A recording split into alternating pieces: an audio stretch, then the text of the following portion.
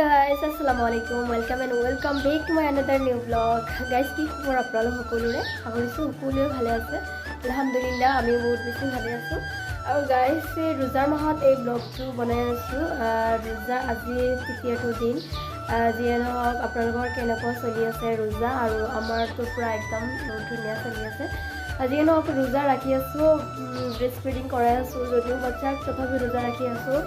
কাৰণ মই এতিয়া বাবাক যিহেতু চলি দিয়া ষ্টাৰ্ট কৰিছোঁ এতিয়া, সেইকাৰণে মোৰ ইমান এটা টেনশ্যন নাই। আৰু আপোনালোক সকলোকে মোৰ তৰফৰ পৰা ৰমজান মোবাৰক। আশা কৰিছোঁ আপোনালোক সকলোৱে জন্মৰ তেইছটা ৰোজা ৰাখিবলৈ চেষ্টা কৰিব, আৰু দোৱা কৰিব যাতে আমিও ৰাখিব পাৰোঁ, ভালকৈ ৰাখিব পাৰোঁ ইনশাআল্লাহ।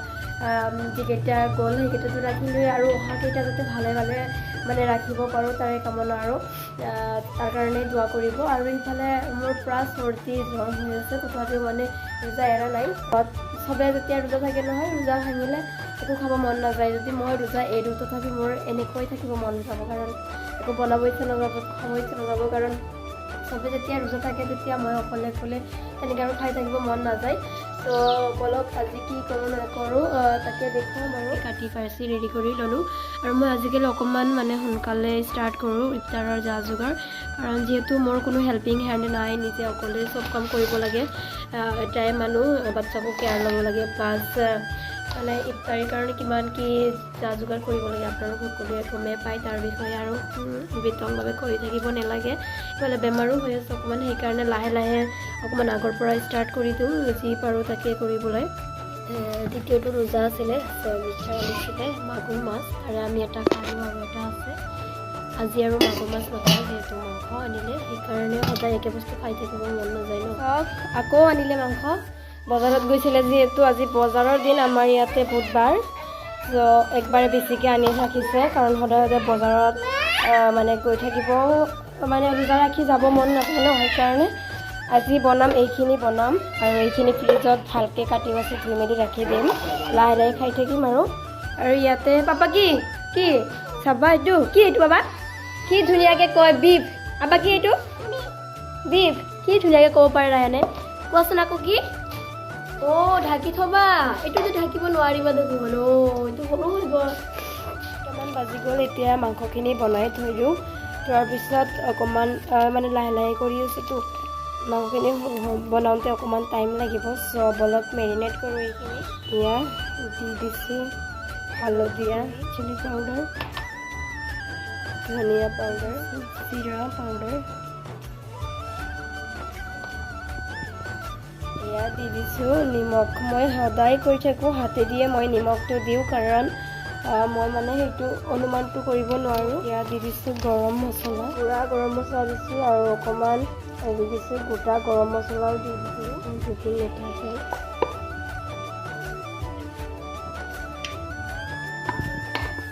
দি দিছোঁ এইখিনি হাতেদি ধুনীয়াকৈ এনেকৈ মেৰিনেট কৰি ল'ম। পাহৰিছিলোঁ, এইটো হ'ল আদা আৰু নহৰুৰ পেষ্ট।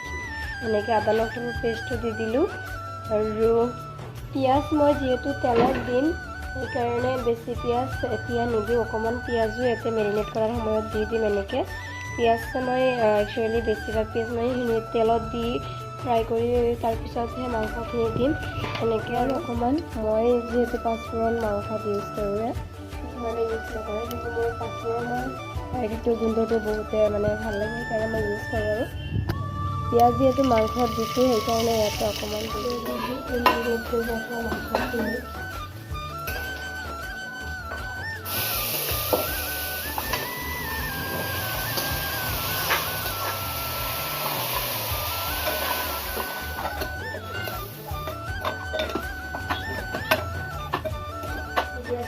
ঢাকি ৰাখিম, কাৰণ মাংসৰ যিখিনি পানী আছে সেইখিনি ওলোৱাৰ পিছত সেইখিনি পানী দিয়ে মানে মাংসটো ফাৰ্ষ্টত কচাই ল'ম, তাৰপিছতে হেৰি কৰিম। আৰু যে মই যিহেতু কোমোৰ দি বনাম সেইকাৰণে এতিয়া কোমোৰখিনি কাটি ৰেডি কৰি লওঁ। কোমোৰ যোৱাকালি অকণমান ভাজি বনাইছোঁ, আৰু হাফ আছে, হাফ ভাজি বনাইছিলোঁ, তো এইটো দিয়ে বনাম যিহেতু, সেইকাৰণে এতিয়া এইটো কাটি বেছি ৰেডি কটা হৈ গ'ল। এইফালে হেৰি কৰোঁতে, আৰু এটা কথা, ৰোজাৰ দিনত ইমান বস্তুৰ প্ৰয়োজন হয়, মানে বাচন বৰ্তনৰ প্ৰয়োজন হয়। মোৰতো ইমান বাচন বৰ্তন নাই, কাৰণ মই নতুনকৈ যিহেতু সংসাৰ আৰম্ভ কৰিছোঁ, যিখিনি আছে সেইখিনি মই মাৰ ঘৰৰ পৰা প্লাছ মিষ্টাৰে মই নিজে বজাৰ কৰাই হয় আৰু বেলেগৰ পৰা একো লোৱা নাই। সেইকাৰণে বেয়া লাগে আৰু কেতিয়াবা মানে নতুনকৈ সংসাৰ কৰিব ষ্টাৰ্ট কৰিলে বহুত বস্তুৰে প্ৰয়োজন হয়। লাহে লাহে চব হৈ যাব বাৰু, ইনশাল্লাহ এদিন চব হৈ যাব, চব এভেইলেবল হৈ যাব। এইখিনিয়ে বহাই দিছোঁ আৰু এইফালে বহাই দিছোঁ দালি, কাৰণ মোৰ মানুহজনৰ প্ৰত্যেক সাজৰ লগতে দালি লাগে, দালি নহ'লে একদম খাবই নোৱাৰে। চ' দালিও বনাব লাগে প্ৰত্যেক সাজৰ লগতে, সেইকাৰণে দালিটো বহাই দিলোঁ। এতিয়া এক ঠাইত যাব লাগে, জল্দি মাংস আৰু দালিখিনি বনাই কিনে থৈ যাম, সেইকাৰণে একবাৰে এনেকৈ ধুনীয়াকৈ আনিলোঁ আৰু এতিয়া এইখিনি ৰাতিপুৱা যাওঁ আৰু বাকীখিনি বনাওঁ আৰু পূৰা গৈছেতো দিলোঁ।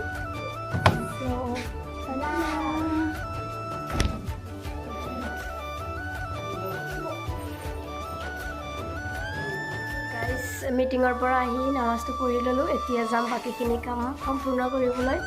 চ' এইফালে পোলাও বনাব লাগিব আৰু কিবাকিবি কাম বাকী আছে। মই এনেকৈ লৈছোঁ জুইটো, আৰু নামাজ পঢ়োঁতে অকণমান অসুবিধা হয়, এনে খুলি যায় বাৰে। চ' এয়া চাওক, মই পোলাওৰ চাউলখিনি ধুই এনেকৈ ৰাখিছিলোঁ। অকণমান টাইম সিজোৱা থাকিলে কি হয়, সোনকালে হৈ যায় আৰু পোলাওটো। চ' ইফালে বনাইছোঁ গৰম মাংস, ইফালে বনাইছোঁ দালি, আৰু এফালে বনাম এতিয়া পোলাও আৰু তাৰপিছত বনাম প্লাছ তাৰমানে চেৱৈ, আৰু কিবাকিবি আছে, ফল চল কাটিব লাগিব। চ' এতিয়া ষ্টাৰ্ট কৰোঁ বনাম।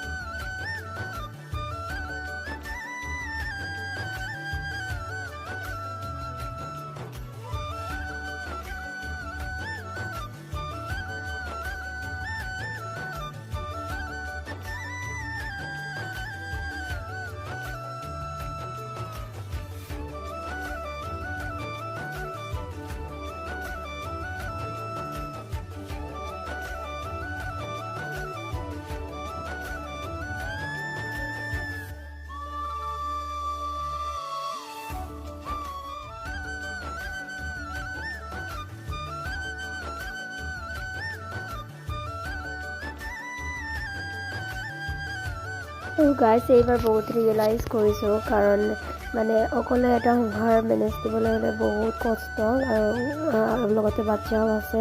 মানে যোৱাবাৰ যেতিয়া ৰোজা আছিল তেতিয়া বাবা সৰু আছিলে বহুত, মোৰ ওপৰত ইমান এটা প্ৰেছাৰ পৰা নাছিলে।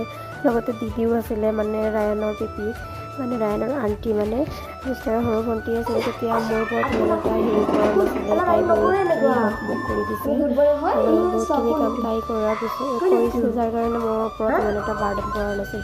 এবাৰ যিহেতু গোটেইখিনি কাম মই অকলে কৰিব লগা হৈছে, সেইকাৰণে অকণমান মোৰ মানে হেৰি হৈছে আৰু মানে তেনেকুৱা একো হোৱা নাই, হ'লেও মানে অকল ফিল কৰিছোঁ বা তাইক বহুত মিছ কৰিছোঁ।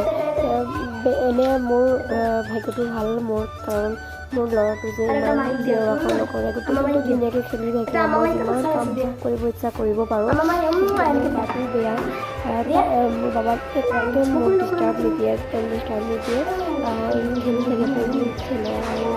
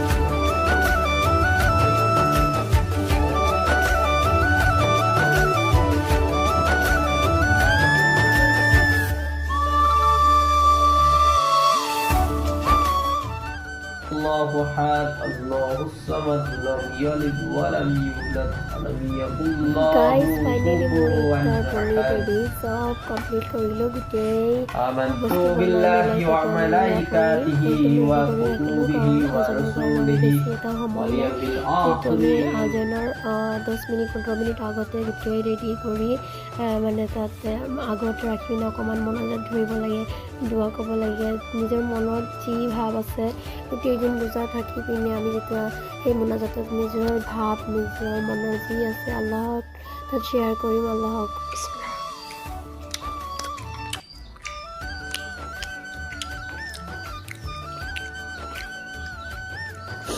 খোৱা শেষে নহয় যেন না, কিমান খালোঁ তথাপিও প্লেটবিলাক ভৰি ভৰিয়ে আছে না, বৰকতৰ মান হয়নে? সেইকাৰণে কি কৰি আছা?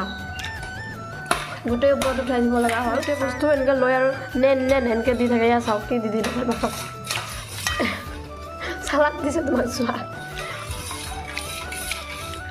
ইফতাৰ কৰাৰ পিছত নামাজ পঢ়াৰ পিছত যিখিনি বাকী আছে সেইখিনি বহি বহি খাই আছোঁ মই আৰু ৰায়ানে। ৰায়ু আসসালামু আলাইকুম। ইফালে চাওক ৰায়ানে টুপি পিন্ধিছে, তাত পাপ মাৰে।